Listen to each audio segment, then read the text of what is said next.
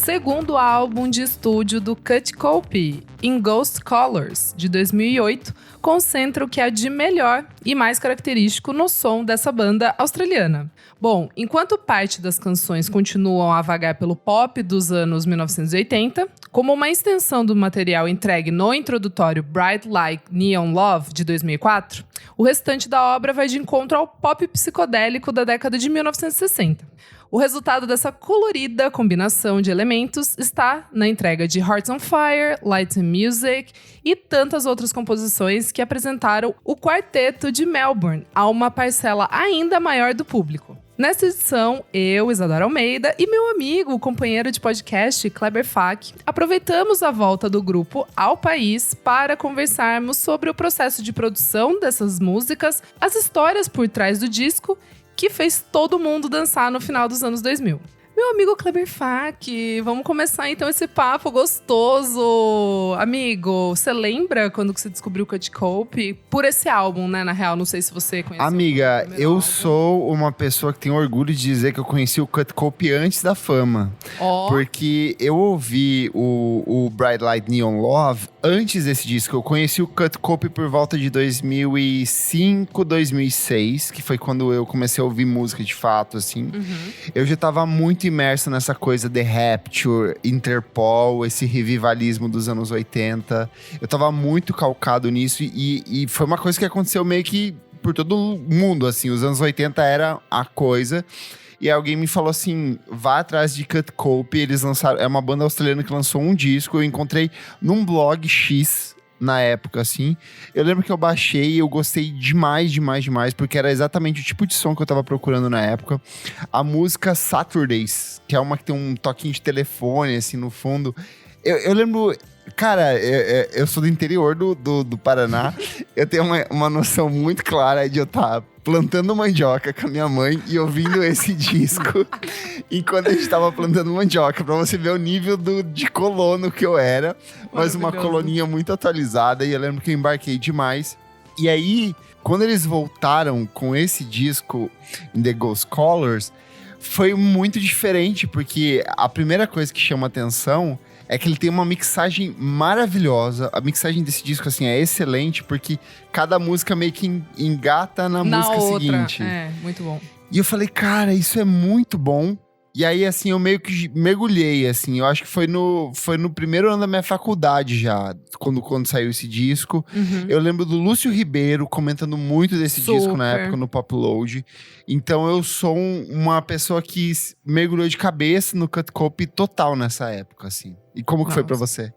Então, amigo, eu confesso que eu conheci com esse álbum, eu conheci ouvindo os hits, né? Acredito também que Lúcio, lendo Popload, entrando em blog muito, né? Muito. Isso é muito interessante, porque é muito um sinal do tempo, né? Sim. O blog. Mas é eu isso. acho que assim, vale até falar, né? O que é um blog, porque eu sei que a gente tem um monte de ouvinte que é novo. Blog, gente, é como um site... Mas era um site padronizado, uma estrutura padronizada. Você tinha o WordPress, o Blogspot, um template do Blogspot. Você entrava ali, você acessava e você via uma pessoa X, Lúcio Ribeiro, Alexandre Matias, Marcelo Costa, comentando, olha, hoje saiu o lançamento de tal banda.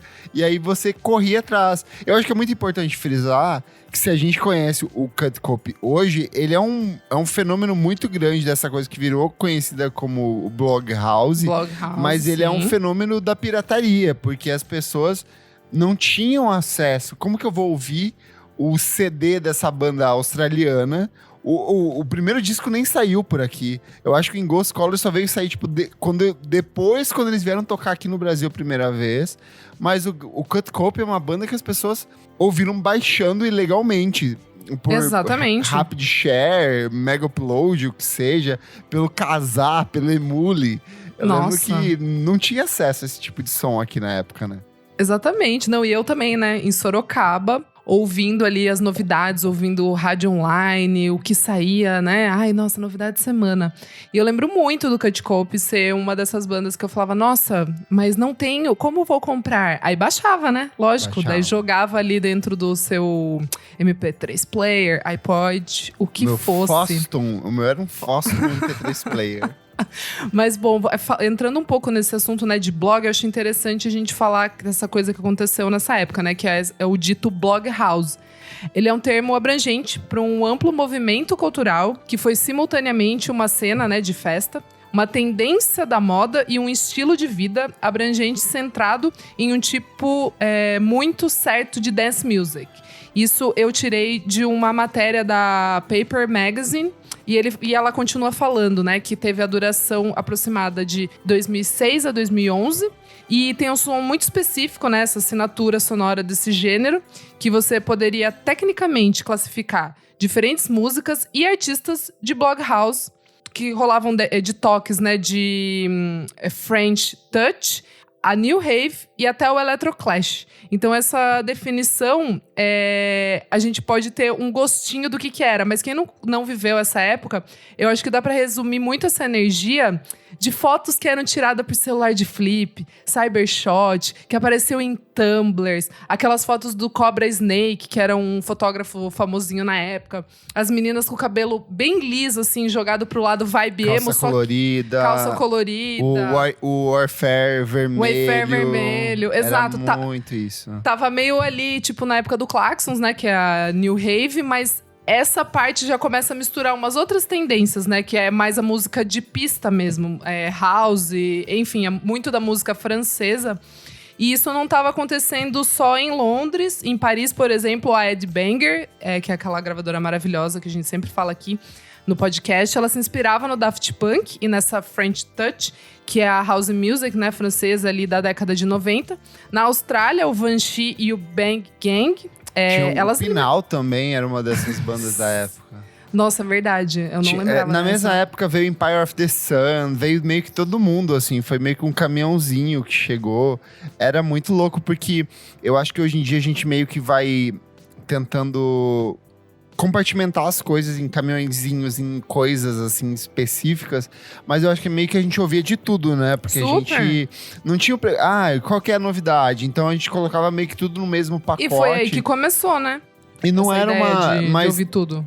Mas é porque antes você era ou fã de metal, ou Exato. fã de eletrônica, ou fã de rock.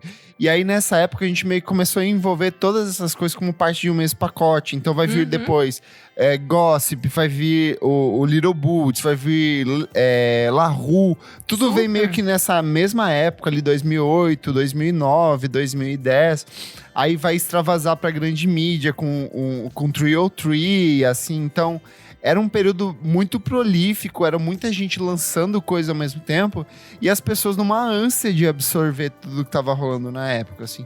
Mas eu acho que o que difere o Cut Cope de desses artistas do período era a consistência do som. Eu acho que a primeira coisa é essa questão da mixagem que a gente tem no Ghost Color, que é... Vou fazer uma música que vai levar pra outra música, que vai levar pra outra música, que vai levar pra outra música. Mas esteticamente, assim, a coisa do o mesmo timbre de sintetizador, a escolha dos próprios sintetizadores. Tem um erro muito grande que as pessoas cometem de colocar o Cut Cope como uma banda desse revivalismo dos anos 80, né? Que o primeiro disco mira exatamente nisso, a capa do disco é pura estética anos 80, mas eu acho que o In Ghost Colors ele vai pra uma outra direção, é muito anos 60. Eu acho que eles olham pra essa psicodelia que tava rolando no período, uma coisa meio Beatles, meio Beach Boys, e falam como que a gente transporta isso pro nosso tipo de som. E eu acho que é o que acontece no In Ghost Colors. Ele é um disco total anos 60, tem muito coro de voz no estilo Brian Wilson, de ter essas harmonias de vozes limponas, bonitas e destacadas. Mas ao mesmo tempo, ele é um disco que te joga pra pista todo tempo. Todas as músicas, ela tem esse conceito dançante. Eu acho que é um disco... E aí eu acho que me chama a atenção que é um disco que valoriza muita coisa do CD. Que hoje a gente tá acostumado a ouvir single, ouvir coisas isoladas, mas eles pensam numa construção do começo ao fim, uma coisa só, uma unidade, sabe? E é uma coisa que, por exemplo, você não tinha no vinil de... agora o lado A vai ser isso, o lado B vai ser outra coisa. Aqui não, eles têm uma constância. E aí me remete a outra banda australiana que fez isso anos antes, 6 anos antes, 8 anos antes, na verdade, que é o Avalanche, com Since I Left, vou trabalhar um disco, um CD como um CD. Então, do começo ao fim, eu vou ter uma estrutura, uma narrativa, uma proposta, uma estética. E eu acho que o Kurt Cobain faz isso de um jeito, assim, primoroso nesse álbum. Não, é muito legal que você falou dessa influência, né, dos anos 60, porque esse álbum, ele é perfeito pra você ouvir no sol, numa beira de uma piscina. Tem muito, né, também daquela coisa do Balearic, enfim, música eletrônica ali pra você curtir no sol. Mas também essa coisa da pista de dança mesmo, desse lugar quente, de um lugar, tipo, que você vai trocar suor com as pessoas, que você vai ouvir, tipo, pulsando, sabe? Uhum. Mesmo que ele tenha essa psicodelia, é meio melódico em alguns momentos, eu acho que tem muitos, né, desses hits, assim, que o baixo, tipo, o baixo, né, é bem comprimido, assim, tem umas batidas fortes e esse caldeirão, né, de sintetizadores, assim, que vai, tipo, chocando você ao longo do álbum, né? Sim. E é muito legal também, só pra finalizar essa parte da Blog House, né, que nada mais era do que uma rede internacional de blogs, né, que, tipo, as músicas, elas apareciam ali, tipo, uns remix DIY, hip de rádio duvidoso, né, ao redor do mundo, e eu lembro muito de baixar coisas que, na real, nem eram, tipo, oficiais, né? Tipo, faixas de música ou álbuns. Então, isso também é uma outra coisa. Essa parada de fazer remix, de começar a misturar algumas coisas. Muito também dessas gravadoras, tipo a Headbanger mesmo, que a gente falou, a DFA, enfim, que a gente vai falar ainda um pouquinho. Enfim, de começar essa ideia também tinha uma coisa DJs assinando também, né? Faixas, da enfim. Kitsune Meison, sabe? Que era aquele site francês que fazia meio... que é uma marca de moda também. É uma marca, né? E aí eles faziam aqueles compilados, tipo Kitsune Meison Volume 1. Cara, a França é muito importante nessa época, muito. Cara. E aí eles pegavam e faziam esse agrupado de músicas, assim. Nossa, saudade. Artistas inéditos, Vanchi, papapá. E aí colocava, sei lá, um remix de alguém muito foda pra uma música do Phoenix. Então do Two Door Cinema Club, umas coisas exato, assim. Era uma coisa muito foda que rolava na época, assim. E eu sinto uma saudade muito grande, porque a gente meio que não tem mais isso. Eu acho que hoje em dia a gente tem muito essa coisa do artista produtor e que se vende muito no Instagram, e é maravilhoso essas pessoas que conseguem sobreviver a partir disso, mas eu sinto falta dessa curadoria dessas pessoas que pegavam nesse mar de lançamentos que a gente tinha na época, encaixavam essas coisas, e aí vinha um Kurt Cobain da vida nesses momentos, sabe? Lá no meio tinha uma coisa deles, então era muito fascinante você ouvir essas coletâneas. Exatamente. Hoje em dia foi transportada pra o quê? Pra playlists, mas eu acho que fica meio perdido, né? Tipo, e não é uma lógica de algoritmo, não tem o toque humano, né? Sim. E aí, assim, a mesma coisa que eu vou ouvir, a outra pessoa vai ouvir diferente, porque a base do algoritmo dela é outra, e ali tinha um carinho, uma escolha. Por que eu estou trazendo essa música pra dentro dessa coletânea, né? Exatamente. Bom, continuando aqui, né, falar especificamente do In The Ghost Colors, ele é um trabalho que ele condensa muito bem toda essa energia, né, que estava acontecendo dentro de tela de computador e nas festas, que voltavam a ter, né, tipo, destaque na vida desses jovens adultos internéticos, interwebers. O álbum, ele foi produzido pela banda e pelo guru do dance punk dos anos 2000 e pouco ali, né, o Tim Goldsworthy, conhecido por ser um dos fundadores da DFA Records. Fala aí, Kleber. Eu acho que o brabo. Ele é brabíssimo. Hoje em dia existe uma tentativa de apagamento em cima dele por conta da rixa dele do James Murphy. Sim. Mas eu acho que o Goldsworthy, ele é muito importante para esse período, porque ele é esse cara que traz a estética. Eu acho que o James Murphy era um cara muito focado no LCD Sound System e tudo que ele fazia ali dentro, e o Goldsworthy meio que deu essa expansão, né?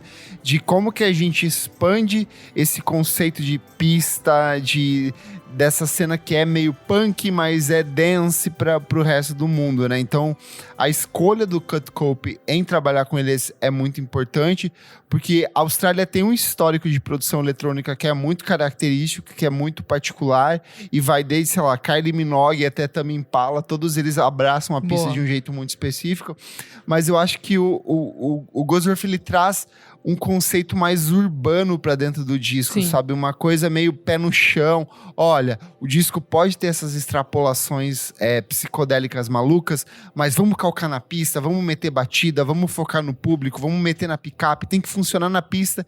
Eu acho que tem que funcionar dentro do disco, mas ele tem que funcionar para um DJ no interior do Brasil que vai discotecar isso, entendeu? Eu acho que ele consegue fazer essa marra de um jeito que é muito particular, assim, especial demais. É perfeito. Bom, em 2007, né, que rolaram as gravações das faixas, né? E elas foram divididas entre o estúdio CCHQ em Melbourne e o da GFA lá em Nova York. Eu acho que é muito disso que você tava falando, Kleber. Acho que também o local, né? Tipo, Nova York, essa energia, a cena que já tinha rolado ali daquele livro, né, que eu já citei, o Meet Me in the Bathroom, que traz os Strokes, Yeah, TV on the Radio, encabeçando tudo isso.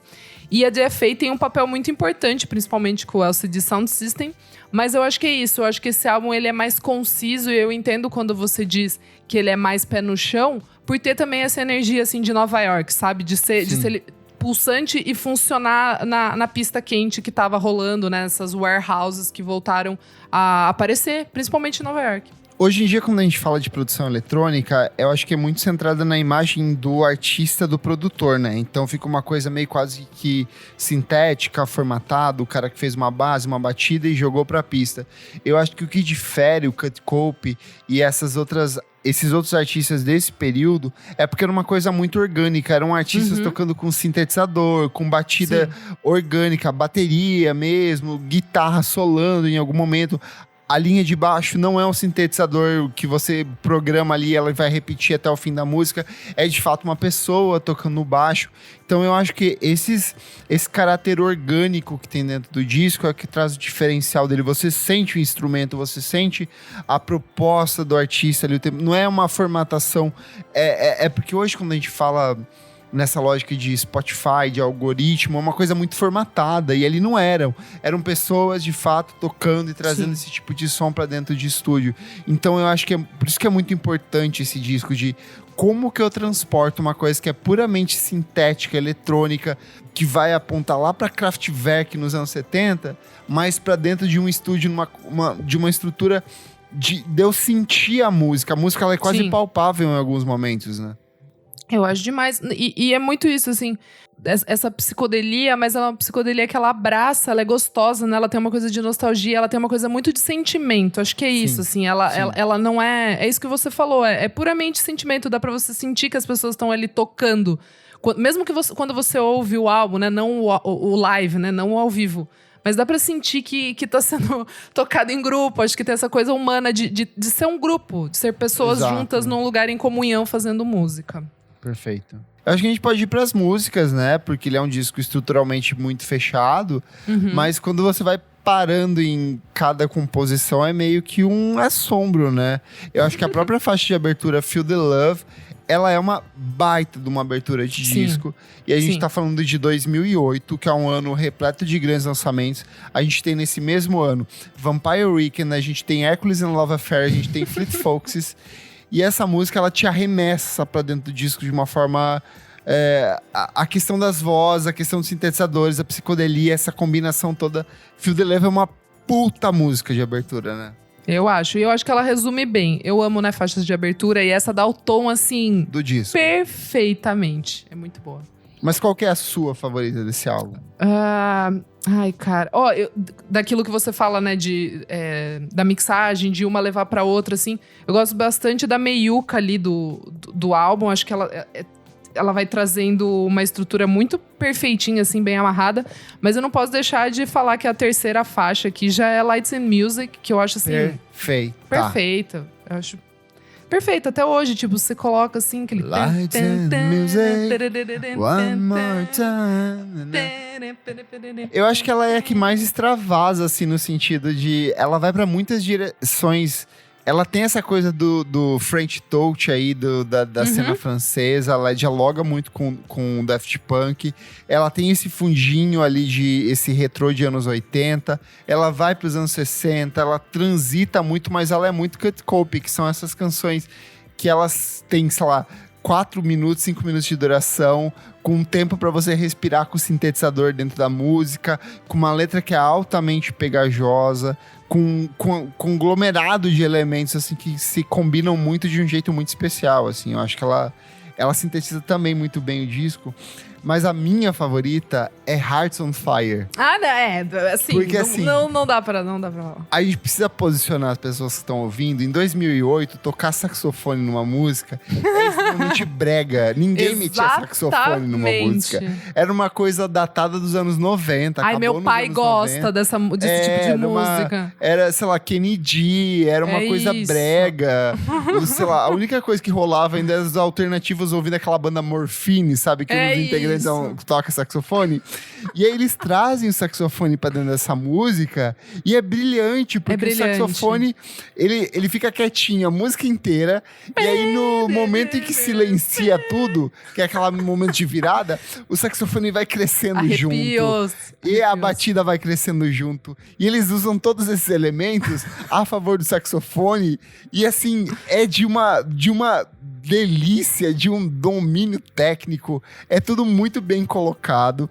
Tanto que essa música meio que abre passagem pro que vai rolar pelos próximos anos. O Rapture, em 2011, vai lançar aquela How Deep Is Your Love? How Deep Is Your Love, super. O M83 vai lançar o Midnight City com saxofone. O saxofone volta muito a partir desse ponto. Então eu acho que o Cut Cope foi muito vanguardista nesse sentido.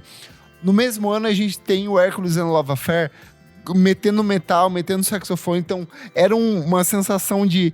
Cara, esse é um instrumento tão poderoso, por que a gente não tá metendo isso dentro das nossas músicas, sabe? Exatamente. E eles fazem isso nessa de um jeito assim, ó, primoroso. Cara, que música espetacular. Mas deixa eu falar uma coisa, eu acho que assim, Lights and Music eu gosto muito porque ela traz a energia Cut Cope, mas a minha favorita, assim, de tipo, não dá, é Nobody Lost, Nobody Found. Eu acho essa música perfeita. Aquele... E é quase no fechamento, cara, né? Ela é quase no fechamento. E essa música, ela era... Eu já citei isso aqui em algum dos episódios do podcast, que essa música, ela era o tema do Amaury Dumbo no programa Pânico na época. Mentira! Amigo, era... Eu e meu irmão, a gente... pirava muito. Ele começava, meu amigo, e daí começava. Não, juro por Deus, era tipo assim, era icônico demais. E o Pânico nessa época, tipo, tudo bem que hoje em dia é um programa cancelado, mas na época, nossa, a gente assistia, a gente chorava de dar risada, enfim, era complicado. Era, mas assim, a Amaury Dumbo era um quadro engraçadíssimo. E pra vocês entenderem como esse álbum, tipo, que era do indie, ele começou a chegar, tipo, ele extravasou total. Extravasou total. Começou a chegar, tipo, galera que curtia um eletrônico mais mainstream, tipo Calvin Harris, que tava também na época já trazendo, né, algumas coisas assim. Era um pessoal que conversava super com esse som. Então... Eu acho que a gente pode até falar um pouco da questão das reedições do disco, né? Porque ele tem remixes interessantíssimos. Hearts on Fire ganhou um remix do Midnight Juggernauts, que era uma banda australiana, tipo, bem foda da época. O Calvin Harris remixa o Hearts on Fire também. E o Calvin Harris, quando a gente fala hoje, ele tem uma interpretação muito de EDM, mas nessa época o Calvin Harris era um músico de estúdio, que tocava. Ele era gigante, ele era maravilhoso nessa época, assim. Tocou na Hot Hot aqui, galera. Pra vocês verem quem era da época, bom. Só pra entender um pouco. Brabo, cara. E tem também um remix do Boys Noise pro Lights and Music. Então, assim, é meio que muito o espírito do tempo, sabe? Muito! Quem são os grandes produtores, as grandes bandas da época tocando e fazendo isso, assim. Cara, é um disco muito, muito espetacular. Eu acho que ele é um disco muito pop, muito gostoso. É o tipo o disco que você pode tocar na sua festa de domingo da família, no meio do churrasco, e as pessoas vão falar, nossa, que som gostoso que tá rolando, sabe? Eu acho que a energia em torno desse disco, ela é muito boa. E aí eu nunca tinha parado pra pensar essa coisa do In Ghost Colors, as cores fantasmas, sabe? e a imagem de capa de serem replicações deles. Sim. Então, a forma como eles vão resgatando essas coisas do passado e jogando pra dentro do disco, porque o disco nunca é... Ninguém cria uma coisa do nada. Ninguém fala assim, esse aqui é um novo estilo, esse aqui é o Blog House, um estilo que eu inventei. Não, são ecos, são elementos, são referências que você vai colocando. E esse disco faz de uma forma tão bonita, de uma forma tão natural, de uma forma tão orgânica, de como que eu vou trabalhar o sintetizador, como que eu vou trabalhar a virada de bateria. Você vai pra Daft Punk, aí você vai pra Primal Scream, e aí você vai pra Beatles, e aí você vai pra Chemical Brothers, e aí você vai pros anos 2000 mesmo, com LSD Sound System, e tudo funciona de um jeito tão bonito e orgânico, que assim, é difícil você não gostar desse disco, né? Exatamente, tipo, até eu tava vendo na crítica da Pitchfork, tava relembrando, falei, cara, quanto que saiu na Pitchfork? Porque a Pitchfork, às vezes, né, erra, assim, absurdamente. A Pitchfork abraçou total. E a Pitchfork abraçou total. É 8.8, é Named Best New Music, né? Tipo, e foi o 4º lugar do ano. Na lista de final de ano deles. No ano que a gente teve também Portishead voltando com um disco novo. TV on the Radio com um disco novo. É um ano maravilhoso, 2008. É um ano maravilhoso. É verdade. E é muito legal, né? Porque muitas coisas estão se misturando, né? Tipo, Fleet Foxes mesmo que você falou. Tipo, umas coisas meio que nada a ver. Mas é a ideia também de baixar a música, de começar a fazer o que você gosta, né? A sua biblioteca de música, assim, né? Você ter a sua bibliotequinha ali, você não ter que escolher o que você vai gostar. E não, só gosto de metal. Cara, é muito legal. É um ano, assim, muito definitivo. E sabe o que é mais louco, amiga? Esse disco, ele vendeu bem. Na Austrália, ele foi o disco do...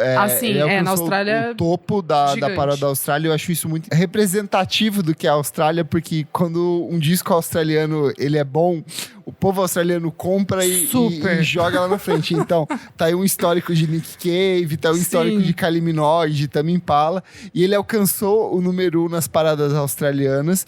Ele alcançou a posição de número 118 na UK, na Billboard UK, e ele alcançou a posição de número 167 na Billboard 200 e na posição número 6 do Top Dance Electronic Albums de 2008. E aí, vale lembrar, em 2008 é um ano da EDM, dessas coisas muito farofeira. Então, uma banda que vem da Austrália, furando esses nomes, sei lá, Like a G6 e outras coisas que estavam rolando no período, é muito foda, é muito, muito poderoso. Ai, cara, que época boa. Agora eu tô brisando aqui. E esse nome realmente, né, é muito perfeito em Ghost Colors. Puta, é muito bom, cara. É muito bom. Meu amigo Kleber Fak, vamos então pro fechamento, né? Bom, bora lá. Minhas considerações finais sobre esse álbum. Cara, já ficou claro que a gente é fã, que a gente muito fã. Muito. Eu acho isso maravilhoso. Ele envelheceu super bem. Eu tava ouvindo agora. Eu acho que em algum momento alguém vai fazer tipo o Paramore tá fazendo agora de ressuscitar coisas. Eu amava. E alguém vai falar assim aí... Cara, eu conheci essa banda alternativa chamada Cut Cope. Verdade, tipo uma Billie Eilish da vida, assim, alguém vai pegar esse disco e vai falar, putz, isso aqui é o momento, e as pessoas vão reviver. É isso, perfeita colocação. Eu acho que o impacto, hoje em dia, eu não tô vendo muito ainda, tipo, em álbuns, tô dizendo, assim, tipo, nesses últimos 2 anos, acho que não. Mas uma coisa muito interessante é, tipo, o revival mesmo dessas bandas do começo dos anos 2000, e daqui a pouquinho já vai chegar nele. Eu acho que é mais 2 anos pra galera, tipo, chegar nisso, assim, nessa fase deliciosa da música. Acho que mais a moda, talvez, comece a voltar. Entende? Tipo, essas coisas meio coloridas do Indiesliz, que tem aquele perfil no Instagram que fica colocando fotos da época. Enfim, mas musicalmente acho que ainda mais uns 2 aninhos pra aparecer. Uma nota pra esse álbum, eu vou dar um 9. Vou de 9. Perfeito. 9. Cara, esse disco ele é tão legal. Eu acho que é aquele disco que nunca saiu do meu telefone. Toda vez que eu atualizo, eu compro um celular novo, eu deixo ele baixadinho ali. Eu acho que ele resume muito do espírito da época. Ele pega essas coisas que estavam rolando ali na DFA dos anos 2000, que eu sei que eu e você amamos. As coletâneas da DFA eram tudo, as coletâneas da Kitsune Mason eram tudo. Mas eu acho que o Cut Cope tem uma coisa especial, que ele extravasa isso, assim. Ele vai pra outros lugares, ele vai pra um som cósmico, transcendental dos anos 60. O sintetizador, às vezes... ele se estende o quanto ele precisa se estender. A música não começa assim, pá, vamos fechar em 2 minutos, 3 minutos, como a gente tá acostumado hoje. A música precisa ter 5 minutos, ela vai ter 5 minutos. Ela precisa ter 6, vai ter 6 minutos. E a gente vai estender isso. E eu acho que isso é uma coisa que se reflete nas apresentações ao vivo do Cut Cope. Eu acho que eu até bagunçou minha cabeça quando foi a primeira vez que eu vi. E eu lembro que eles iam tocar na época do disco seguinte, né, de 2011. E eles cancelaram porque tinha um vulcão que entrou em erupção. No! E aí cancelou a turnê.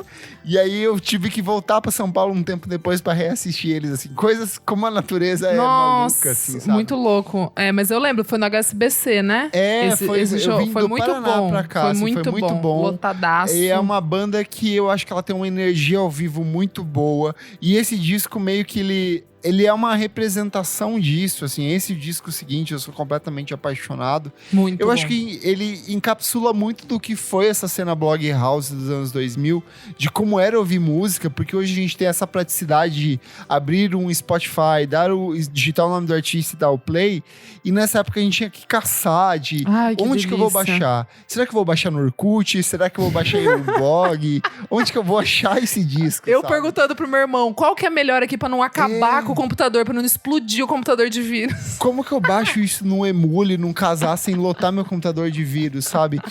Esse disco, ele é mais do que só dar um play. Ele tem toda uma história, uma estética, um mundo de acontecimentos por trás, assim. Mas, ao mesmo tempo, eu sinto que muitas dessas referências são maiores do que a própria banda. Elas meio que atravessam. Sim. Eu acho que a banda perde um pouco do controle no que tá fazendo ali. Por isso que eu também concordo. Eu acho que é um 9. Ele é um disco quase perfeito. Ele tem muitas músicas boas. Cara, Hearts on Fire é uma música que eu ouço na academia quando eu preciso daquele gás pra dar aquela corrida final, sabe? Você tá faltando 30 minutos ali, tá faltando uns minutos finais pra você dar aquele gás, você bota Hearts on Fire, porque quando entra o saxofone, você vai junto. Ó o drop! É o drop que você precisa. Na pista funciona muito bem, mesmo que não conhece mais Cut Cope. E ver eles voltando pro Brasil, assim, depois de tantos anos, é maravilhoso. Por isso é um nota 9, é um disco muito bom pra você conhecer o Cut Cope e tudo que tava rolando na música da época. Perfeito, meu amigo Kleber. O Clássicos VFSM é um projeto paralelo do podcast Vamos Falar Sobre Música. Apoie a gente em padrim.com.br/podcast VFSM. Por apenas R$5 por mês você tem acesso a esse e outros programas com muita antecedência. E o Cut Cope volta ao Brasil, né, Isadora? Meu amigo Kleber, o Cut Cope volta ao Brasil. Então, se você está ouvindo esse programa antes do dia 19 de março de 2023, corre pra curtir essa festa com a gente. A gente vai estar lá. Eu, Kleber, Renan, Nick, a gente vai estar curtindo bastante. A festa vai acontecer lá no Cinejoia. Véspera do meu aniversário. Venha me dar parabéns. É verdade, vai ser tudo. A 30E, né, que tá patrocinando esse podcast aqui pra gente, esse episódio, se juntou à Festa Luna. Sim, a Festa Luna, aqui famosa de São Paulo, pra quem curte música, como eu posso dizer, alternativa. Um indie dance, mas bem eu gostoso. já toquei lá e eu meti um xadê na Luna. Maravilhoso. Bom, deixa eu dar o serviço certinho aqui.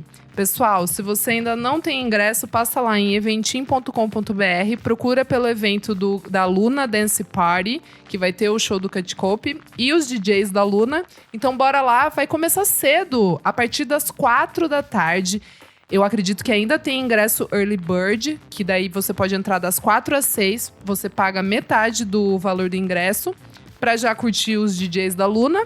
Ou se não, se pudesse chegar um pouquinho mais tarde, o show do Cut Cope começa ali 8 da noite, né? Provavelmente 8 da noite. Então, passa lá na Eventim e bora curtir com a gente, pessoal. O link para você que quer comprar esse ingresso com antecedência estará na descrição desse programa. Então, compra aí e vai lá curtir com a gente. Eu sou Isadora Almeida e o meu @ é AlmeidaDora no Instagram, AlmeidaDora _ no Twitter. Um beijo, pessoal. Eu sou @KleberFac no Twitter e no Instagram. E você também pode seguir a gente, o nosso podcast, no @podcastvfsm em todas as redes sociais. Fechadíssimo. Então nos vemos na pista, hein? Um beijo. Tchau, tchau.